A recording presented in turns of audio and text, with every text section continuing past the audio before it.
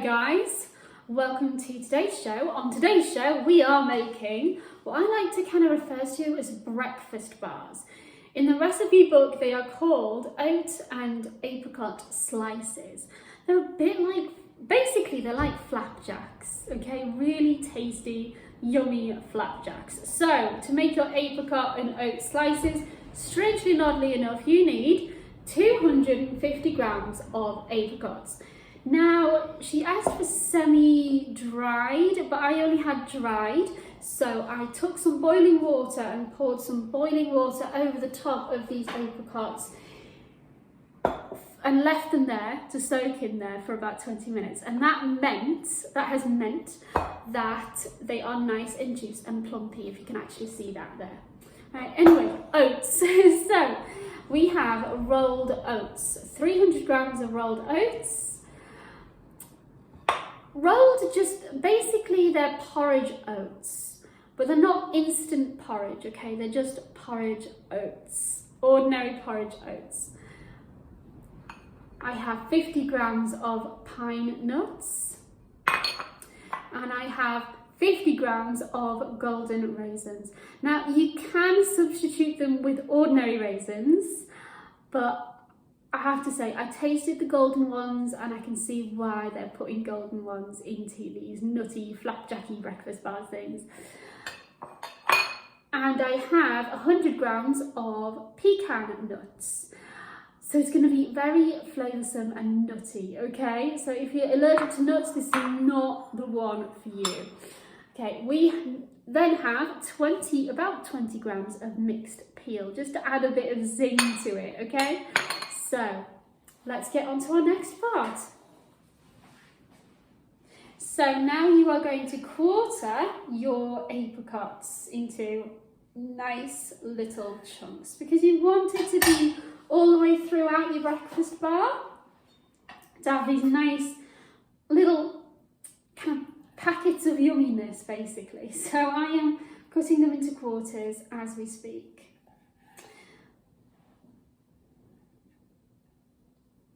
And then I'll be taking my pistachios.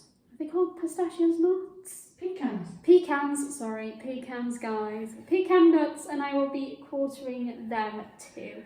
The main thing is, you're only really wanting them to be in kind of like nice, small chunks so that they can kind of be strewn throughout your breakfast bar. I am going to now call them breakfast bars because they do make me feel like they are breakfast bars.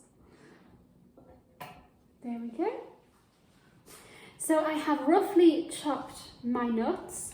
I am now going to pop them into the big bowl with my apricots. There we go. And I'm going to pop in all of my other dry ingredients. So there are my nuts in there. I've got my pine nuts, then I'm putting those in there on top. I have my, the golden raisins. Now, I know, guys, that I told you that you can swap them for ordinary raisins. But the thing about ordinary raisins is that they tend to be really, really small and not very plump. So remember, guys, if you're going to use ordinary raisins, feel free to do so. But if you are, please put them into some boiling water like we have our apricots for 20 minutes, and they should plump up nice and juicy. And then add them to your breakfast bars. Now the thing about our nutty, fruity, yummy breakfasty bars is that what we put into them has to be able to be held by the bar itself. So it has to be small enough that the weight will be held by the rest of the bar. I hope that you understood what I said there. I am now going to finish off with the oats. I'm going to just pop my oats in there now. And then I'm going to use my side of support to make sure that I haven't got everything all over the tabletop, which is kind of understandable when you're blind. So, Mum, have I left anything all over the tabletop? Oh, we haven't finished yet. I'll come and help. Kind of preempting this. So as you can see, I am kind of wishing that I chose a bigger bowl with this, but I have mixed it by taking all of the stuff from the bottom and then gently pulling it up to the surface and then rolling it round a bit so that we've got like an even amount of food product within our dry ingredients. Now that that is done there, nice and yummy, I am now gonna put in my wet ingredients. So you know when I said I'm going to put my wet ingredients into this bowl here, the one that is full of yummy nutty mix? Well, I've got a confession to make. I haven't quite made my wet ingredients.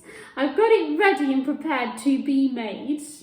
So it's more wet and sticky ingredients that I've got here. So I have 100, in this jug here, I have 125 grams of sunflower oil, but you can use rapeseed oil, and I have 125 grams of runny honey.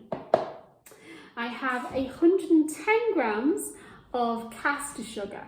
Okay, I'm hoping that you can see that. And I have my big pan over here, if you can hear that, my big pan. And what we're going to do is we're going to put this and the caster sugar and the oil and the honey together, and we're going to bring it up to the boil.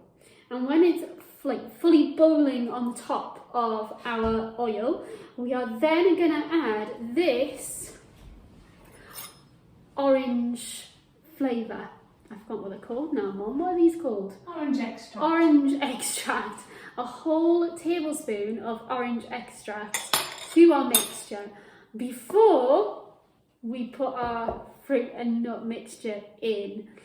Now, once we've done all that, we need something to put it in. So here I have my baking tray, which is 23 by 23 approximately. Centimetres, sorry. So I'm hoping to see you soon, guys, when we have done all of this. So here are our wet ingredients in the pan, and I just thought I'd take a moment whilst I'm stirring this and stirring this and stirring this until it boils, just to tell you that if you have a fan oven, you need to now put it on at 170 degrees. If it's not a fan oven, put it on at 190. Okay, here we go.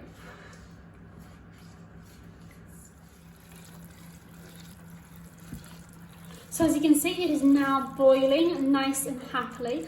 All I'm going to do is I'm going to take out my dry ingredients. I'm going to check that I do not have.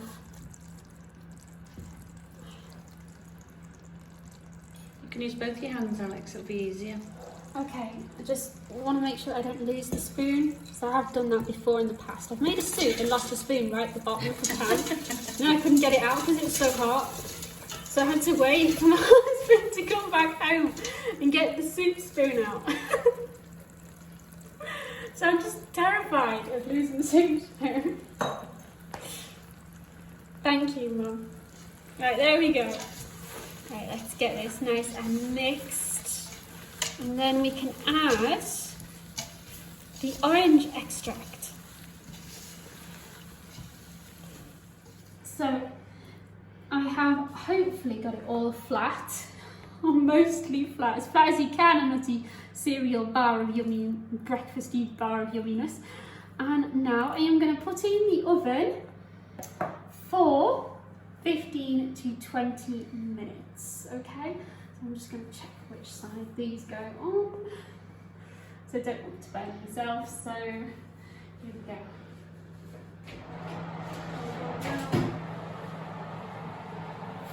The other trick I've got here is I've put it on a harder tray.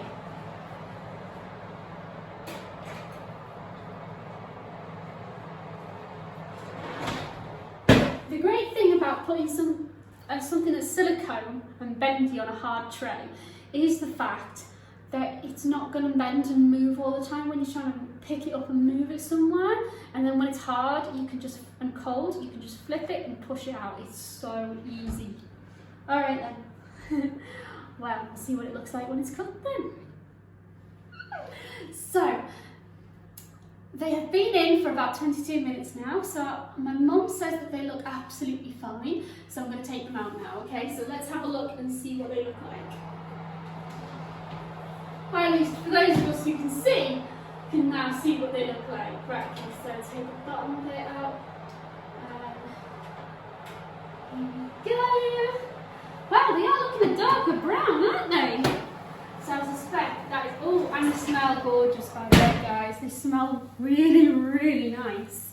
So I'm going to let these cool down, and then once they're fully cooled, I am going to pop it all out and slice it all up. So see you soon, guys.